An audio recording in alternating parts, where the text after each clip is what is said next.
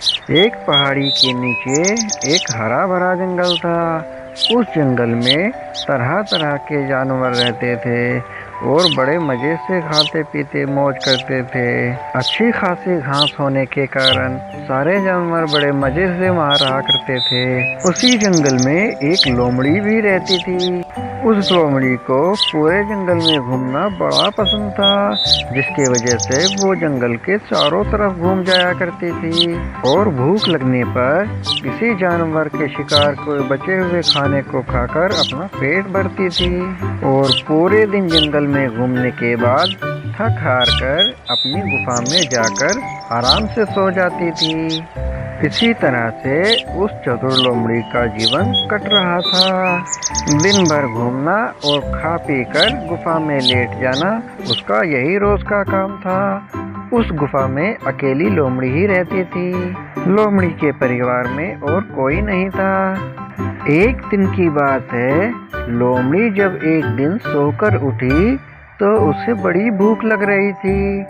जैसे ही वो गुफा के बाहर निकली तो उसने देखा सूरज बड़ी तेजी से चमक रहा है। सूरज की गर्मी को देखकर उसने अपने आप से कहा, लगता है अब गर्मियों की शुरुआत हो गई है। मुझे अपने खाने के लिए किसी बड़े जानवर का शिकार करना पड़ेगा, नहीं तो इतनी गर्मी में रोज शिकार करने से मेरी तो हालत खराब हो जाएगी।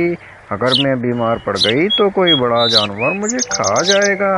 बस यही बात सोचकर लोमड़ी शिकार के लिए निकल पड़ती है और गुफा से दूर जाकर एक पेड़ के पीछे छुप जाती है और किसी जानवर के आने का इंतजार करती है। तभी कुछ ही देर में एक हिरन वहाँ पर घास खाता हुआ आता है और घास खाने लगता है। वहाँ आकर हिरन को देखकर लोमड़ी अपने आप से कहती है, अरे वाह, ये तो बहुत बढ़िया शिकार हाथ लगने वाला है।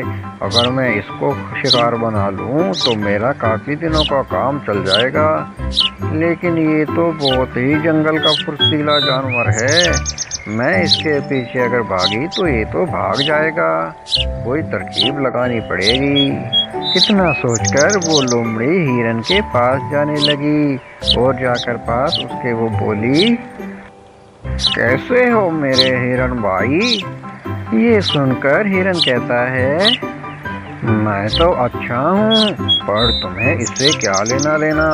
तब लोमड़ी कहती है, मैंने तो तुम्हें बस ऐसे ही पूछ लिया, क्योंकि मैं तुम्हें रोज यहाँ आता जाता देखती हूँ और तुमसे दोस्ती करना चाहती हूँ, क्योंकि मेरा कोई दोस्त नहीं है। ये सुनकर हिरन कहता है, नहीं भाई, हम दोनों दोस्त नहीं बन सकते।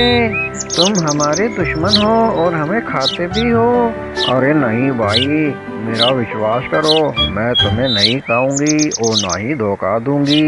यही वजह से मुझे मेरे दोस्तों ने भी अपने झुंड से निकाल दिया है, क्योंकि मैं उनका शिकार करने में साथ नहीं देती हूँ। मेरा यकीन करो, मुझसे दोस्ती कर लो।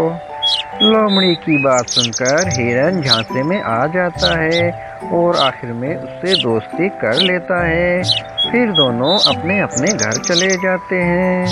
अगले दिन फिर लोमड़ी उसी जगह पर जाती है जहाँ पर हिरन घास खा रहा होता है और जाकर उससे कहती है, क्या मेरे हिरन भाई, तुम भी रोज ये सूखी सूखी घास खाते रहते हो? मेरे साथ चलो, मैं तुम्हें हरी हरी घास खिलाऊंगा। हाँ हाँ, क्यों नहीं भाई, मैं भी ये हरी हरी घास खाना चाहता हूँ। सूखी घास खाकर थक गया हूँ।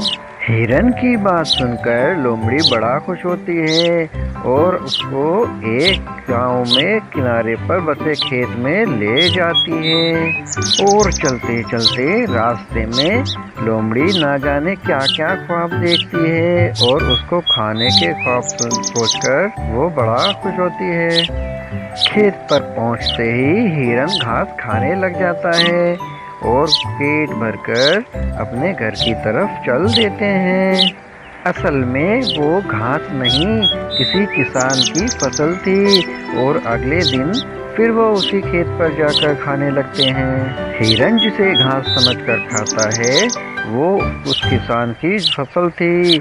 इधर फसल को नुकसान होता देख खेत का मालिक बड़ा परेशान होता है और वह सोचने लगता है ये हो क्या रहा है, और नुकसान से बचने के लिए वो खेत में एक जाल लगा देता है। अगले दिन जैसे ही हिरन वहाँ जाता है तो उस जाल में फंस जाता है।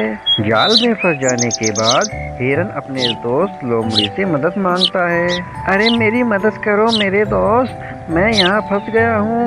हिरन को जाल में फंसा देखकर लोमड़ी मन में बड़ा खुश होती है और उसको खाने पीने की तरकीब सोचती है और कहती है अपने आप से कि जब रात हो जाएगी तो आकर उसको खा लूंगी।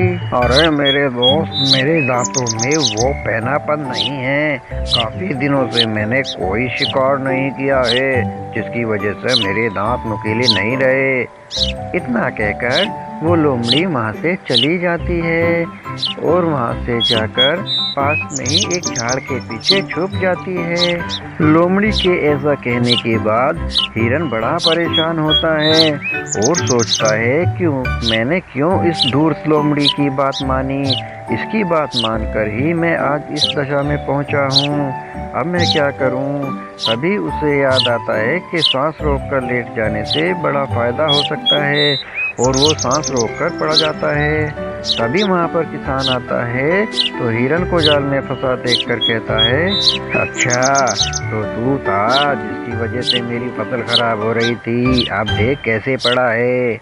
इतना कहकर वो किसान जाल को एक तरफ रखने जाता है तो मौका पाकर हिरन वहाँ से भाग जाता है और किसान उसको भागता देख उसके पीछे जाता है और उसके पीछे से ही एक डंडा फेंक कर मारता है। अंधेरा होने के कारण वो डंडा सीधा लोमड़ी के सर में लगता है और लोमड़ी वहीं ढेर हो जाती है और हिरन अपनी जान बचाकर वहां से भाग निकलता है और मन ही मन कहता है अब कभी भी मैं उस तरफ नहीं जाऊंगा।